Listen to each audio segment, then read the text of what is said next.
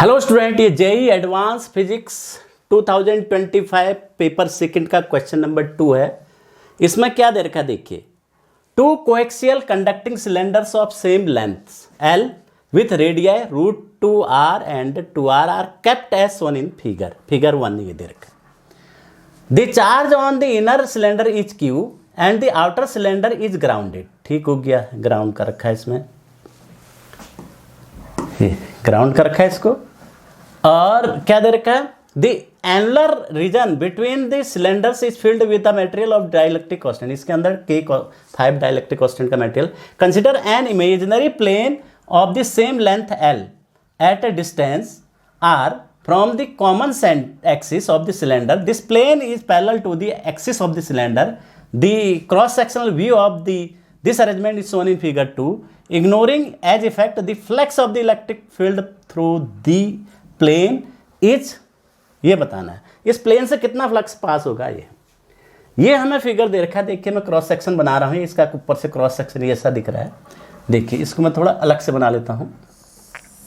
तो ये जो है एक क्या है, आउटर सिलेंडर, ये हॉलो सिलेंडर है। इसके अंदर जो है क्या भरा हुआ है, डाइलेक्ट्रिक कांस्टेंट K=5 का। ये एक जो है इससे सेंटर से R डिस्टेंस पर एक प्लेन इसको कट कर रहा है। तो ये प्लेन कट कर रहा है, जो इसकी लंबाई प्लेन की क्या है, ये सिलेंडर की जो लंबाई है। तो हम क्या करते हैं, देखिए इससे फ्लक्स पास होना है तो d∅ E.ds निकाल लेंगे। तो कैसे निकालेंगे, देखिए हम क्या करते हैं, एक छोटा सा एलिमेंट ले लेते हैं यहाँ पर।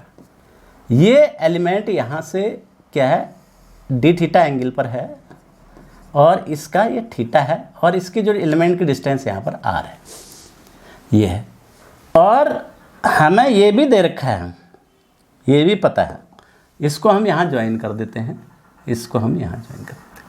अब इसका रेडियस, ये बड़े वाले का रेडियस 2r दे रखा है, ये कितना दे रखा है छोटे वाले का, √2r, ये √2r दे रखा है, ये है। तो अब देखिए मैं इसको थोड़ा सा अलग से बना लेता हूँ। ये एलिमेंट ये है हमारे पास, इसका d, ये जो छोटा सा एलिमेंट हमने लिखा है, ये सेंटर हो गया एक्सिस का। यहाँ पर सेंटर पर ये कितना बना रहा है, एंगल थीटा बना रहा है। ये इससे r दूरी पर है ये एलिमेंट, ये r हो गया, ये थीटा हो गया, ये d थीटा हो गया। एलिमेंट यहाँ तक है, ये यहाँ से यहाँ तक। तो एलिमेंट जो है, ये जो एंगल बनेगा एलिमेंट का, ये आप निकाल सकते हैं यहाँ से लेके यहाँ तक का। ये यहाँ तक है, सपोज यहाँ तक है। तो ये कितना हो जाएगा, देखिए ये क्या है, √2r है। तो cos थीटा = r/√2, ये यहाँ पर ये 45 डिग्री आ जाएगा और ये कितना आएगा, 60 डिग्री आ जाएगा, क्योंकि 2r है। cos थीटा = r/2r 1/2 cos 60, तो ये 60 हो गया। तो इसकी लंबाई मैं मान लेता हूँ dy है सपोज। तो ds वेक्टर इसका ये हो गया। अब यहाँ पर जो इलेक्ट्रिक फील्ड प्रोड्यूस होगा, ये इलेक्ट्रिक फील्ड कहाँ की ओर जाएगा, ये E, सेंटर को ज्वाइन करते हुए बाहर की ओर को इलेक्ट्रिक फील्ड E हो जाएगा। अब इसके बीच में एंगल कितना, जो थीटा है, यहाँ पर भी थीटा हो जाएगा। तो ये जो है इसके E.ds d∅ निकालेंगे तो d∅ कितना हो जाएगा, E.ds, यानी E.ds cos थीटा। अब हमें ds निकालना है, ds ये होगी, dy लंबाई का है ये, और इसकी गहराई कितनी है, l है। तो ds कितना हो जाएगा, dy × l हो जाएगा। तो इसमें dy × l रख देते हैं, l cos थीटा, ये आ जाएगा, ये हो गया। अब E क्या होता है, सिलेंडर के कारण उससे r डिस्टेंस पर, ये स्मॉल r मान लेते हैं, ये स्मॉल r है, r डिस्टेंस पर जो E होता है वो कितना होता है, λ/2ε0 kr, के डाइलेक्ट्रिक कांस्टेंट हो गया। तो लैम्डा की वैल्यू क्या होती है, Q/L 2ε0 kLr हो गया। तो यहाँ रख देते हैं। तो d∅ कितना हो जाएगा हमारे पास, d∅ को लिख सकते हैं हम, d∅ = Q/2ε0 kLr dy l cos theta. अब यहाँ पर देख रहे हैं तीन वेरिएबल हो गए। देखो r भी चेंज हो रहा है और y भी चेंज कुछ भी हो सकता है और थीटा भी कुछ भी हो सकता है। तो ये तीन वेरिएबल हो गए। तो इसको सिंगल वेरिएबल में लाते हैं। तो देखिए cos थीटा क्या हो गया, यहाँ से cos थीटा = r/r। तो स्मॉल r भी cos थीटा के टर्म्स में आ जाएगा, r sec थीटा, ये हो गया। तो आर तो आ गया हमारा थीटा के टर्म्स में। अब वाई देखते हैं। अब यहाँ से वाई क्या है, ये वाई कोऑर्डिनेट इसका हो जाएगा यहाँ से यहाँ तक का, तो tan theta equal to y upon r, tan theta equal to y upon r. तो वाई कितना हो जाएगा, आर टेन थीटा। तो डी वाई कितना हो जाएगा, r sec square theta d theta. देखो ये सारी वैल्यू यहाँ डी फाई में रख देते हैं, यहाँ लिख रहा हूँ मैं डी फाई इक्वल टू कितना हो जाएगा, q upon two epsilon naught k l, r की वैल्यू आर सेक थीटा, ठीक है, और डी वाई की value r sec square theta d theta. और एल से एल कैंसिल हो गया था, ये एल से एल कैंसिल कर दीजिए, ये एल हटा दीजिए यहाँ से, ठीक है।